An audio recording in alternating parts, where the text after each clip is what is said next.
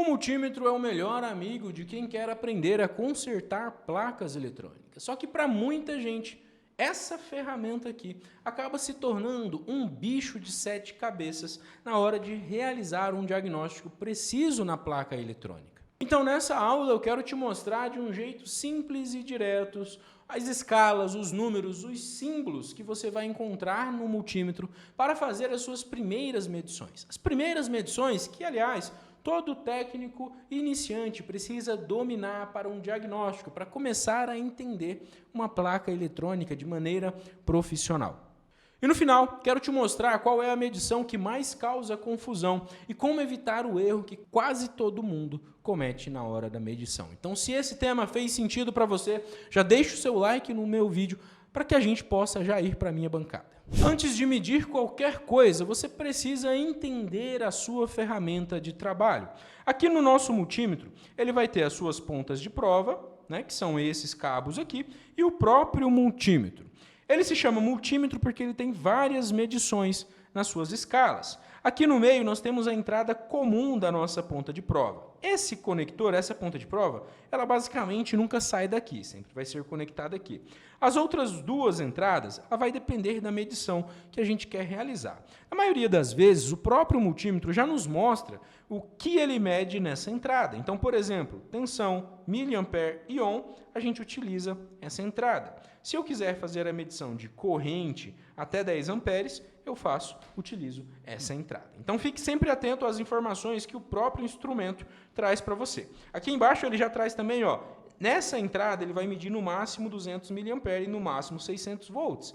Nessa entrada ele vai medir no máximo 10 amperes por um tempo máximo de 10 segundos. Então fiquem muito atentos a essas características.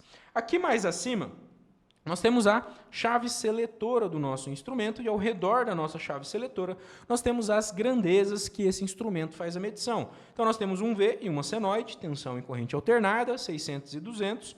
Nós temos aqui algumas medições para transistores, nós temos aqui a escala de resistência, nós temos a escala de BIP ou diodo, escala de corrente e escala de tensão em corrente contínua. Para como que você vai saber qual escala você vai utilizar? Depende da medição que você quer realizar. Se você quer medir a tensão de um componente, é a escala de tensão em corrente contínua. Se você quer medir a tensão de uma tomada, tensão em corrente alternada. Se você quer medir a resistência de alguma coisa, escala de resistência. Quer medir componentes fabricados com materiais semicondutores, diodo ou BIP.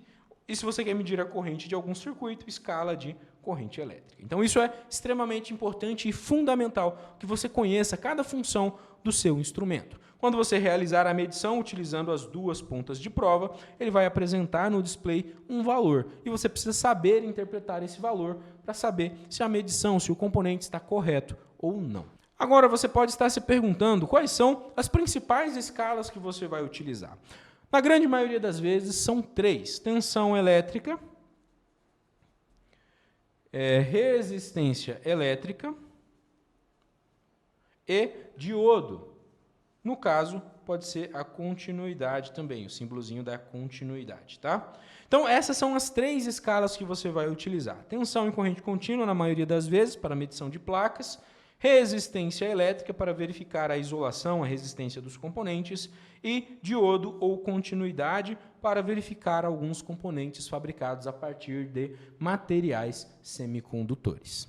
Agora, antes de fazer as medições na prática, eu quero te mostrar também uma outra versão de multímetro, para que vocês possam saber que existem vários modelos. Nós temos aqui também um Flock 117, que é um multímetro que não possui escala. A sua escala é automática. A gente só seleciona o tipo de medição que a gente quer realizar e ele já tem uma escala automática aqui. Ele já identifica o valor sem que a gente precise selecionar escala, como era o multímetro anterior. Então, para a gente fazer a nossa medição na prática, por exemplo, medição de tensão elétrica. Caso você tenha uma placa eletrônica, energizou a sua placa eletrônica, quer saber, por exemplo, qual é a tensão nos capacitores de filtro da nossa placa.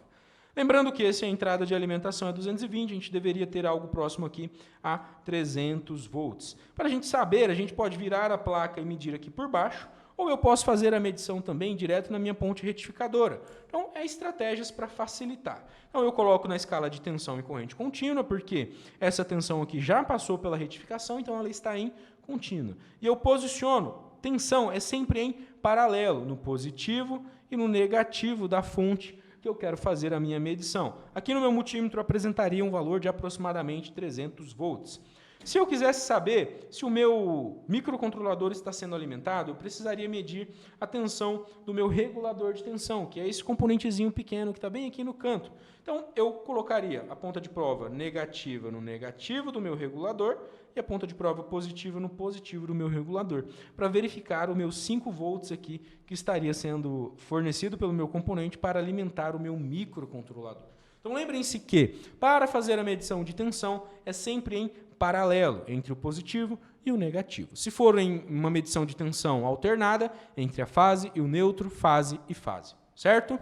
Para fazer a medição de resistência, nós vamos posicionar o nosso multímetro na escala de resistência e fazer a verificação dos componentes que a gente quer medir. Então, por exemplo, aqui eu tenho um varistor. O varistor é um componente que geralmente tem uma resistência alta. Então, veja no meu multímetro que ele apresentou um valor de 3,7 megaohm. É uma resistência alta para o nosso componente, mas é uma resistência normal de trabalho desse carinha aqui. Se eu quiser medir um outro componente, por exemplo, eu quero saber a resistência aqui de um resistor, por exemplo. Então, a gente tem um resistor aqui, um resistor de potência. Eu venho aqui e posiciono o meu multímetro. Esse resistor aqui, ele tem uma resistência de 1,9 kΩ. Se eu quiser medir a resistência do meu fusível, eu vou verificar que o meu fusível tem uma resistência de 0,7 ohm, ou seja, é praticamente um fio passando aqui, por isso que é um fusível. Então, ele não dá uma resistência muito alta. Se eu fizesse essa medição e não encontrasse nenhum valor de resistência aqui, indicando o valor aberto, provavelmente o meu fusível estaria aberto. E o terceiro teste muito comum é o teste de diodo. Eu coloco o meu multímetro na escala de diodo para fazer a medição de componentes fabricados com materiais semicondutores, que possuem junções. Então, nós temos aqui, por exemplo, o diodo. Eu faço a medição do diodo, verifico que a barreira de potencial do meu diodo é 0,390. Então, esse diodo está ok, está bom. Outro diodo também. Posso fazer a verificação também de uma ponte retificadora utilizando a nossa escala de diodo. Veja que esse diodo da minha ponte retificadora está danificado, está em curto. Já esse outro aqui está bom, dando aí um valor de aproximadamente 0,55 volts. Então, para fazer e utilizar a medição nessas 3 escalas, é esse o passo a passo que você utiliza nas placas eletrônicas. Agora, o erro que quase todo iniciante acaba cometendo com uma placa eletrônica na bancada é fazer a medição com a placa eletrônica energizada ou sem ter descarregado ali os seus capacitores. Quando há energia na placa eletrônica, suas medições elas serão alteradas e você não vai conseguir ter uma leitura precisa na hora do seu diagnóstico. E também fazer a medição utilizando a escala errada. Você quer verificar a junção de um componente, mas está medindo resistência. Na escala de resistência, você não consegue romper a barreira daquele componente para fazer o teste. Você quer medir a corrente elétrica de um circuito, mas colocou na escala de tensão e conecta as pontas de prova em paralelo. Você vai fechar um curto na placa eletrônica. Então é extremamente importante conhecer a sua ferramenta de trabalho para fazer as medições de maneira mais segura, mais precisa e mais eficiente possível. Agora, se você curtiu esse vídeo, se inscreva no nosso canal e ative as notificações para sempre ser avisado dos conteúdos que a gente vem postando aqui semanalmente. Se você tem interesse em acessar uma formação específica para manutenção de fonte chaveada sem segredo, com 3 horas de conteúdo, material de apoio em PDF, que vai te custar apenas R$ 47,00, é só acessar o link que vai estar na descrição desse vídeo, beleza? A gente se vê, até a próxima.